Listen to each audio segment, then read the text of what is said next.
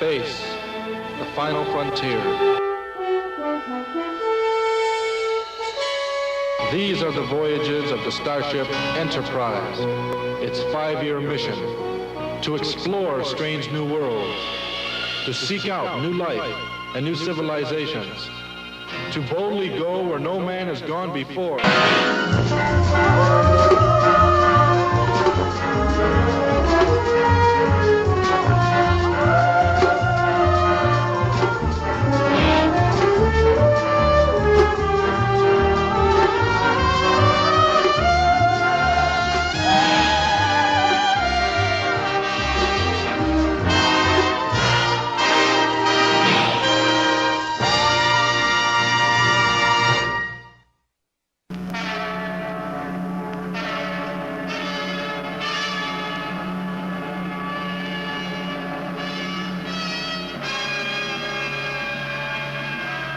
Captain's log, stardate 5237.6. In response to orders from Starfleet Command, we are orbiting the 5th planet of the Organia star group. We are transporting down to pick up a much-needed supply of dilithium crystals. I have a strange feeling this is not going to be a routine mission.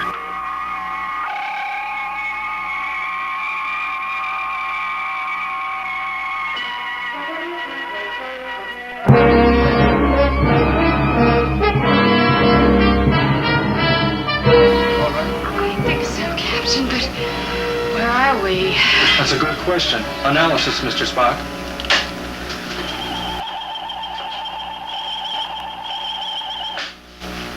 Captain, this is definitely not Organia 5. Tricorder readings indicate a nitrogen-oxygen atmosphere similar to that of Earth prior to the Third World War.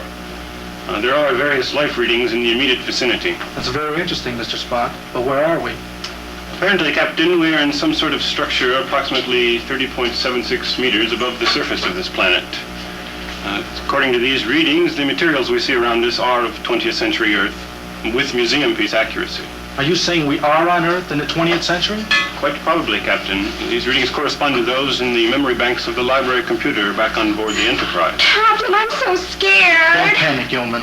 Everything will be all right as soon as I contact the ship. Kirk to Enterprise. Come in, Scotty. Kirk to Enterprise. Enterprise, come in. I don't think you'll reach her, Captain. These new readings confirm my theory.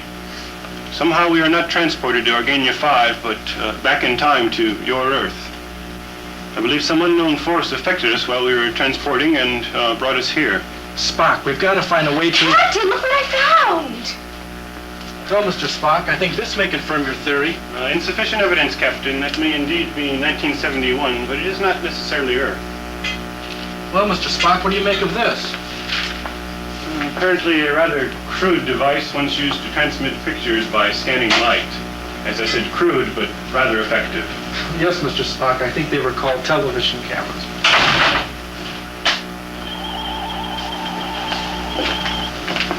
Humanoid, Captain. Biological readings similar to your own. Who are you?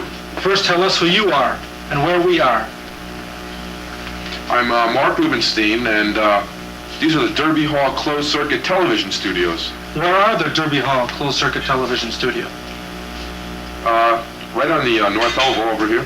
Sir, apparently our sudden appearance here has befuddled your susceptible, illogical human mind.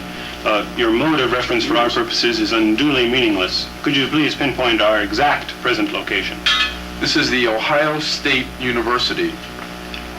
You mean as in the state of Ohio, as in the United States? Certainly. I better go get Bruce Matthews. That is true, Captain. We are undoubtedly back on your Earth. Thank you, Mr. Spock. That's a quite logical statement. Captain, keeping our original mission in mind, I suggest we first try to find out where the unknown force originated that affected our transporter, and then attempt to get back to where we belong. But if we don't know how we got here, how are we going to find our way back? That's a good question. Perhaps we had better find the source of that energy field if we are going to get anywhere. Captain, there is just one more problem confronting us. We've gone back in time before, and each time we could not alter the course of history. As far as we know, we have broken the time barrier, and by so doing, we have violated the prime directive in Earth's past merely by our appearance here. Agreed, Spock. But how can we get back to the Enterprise when it's in the future, and we may have already changed the past?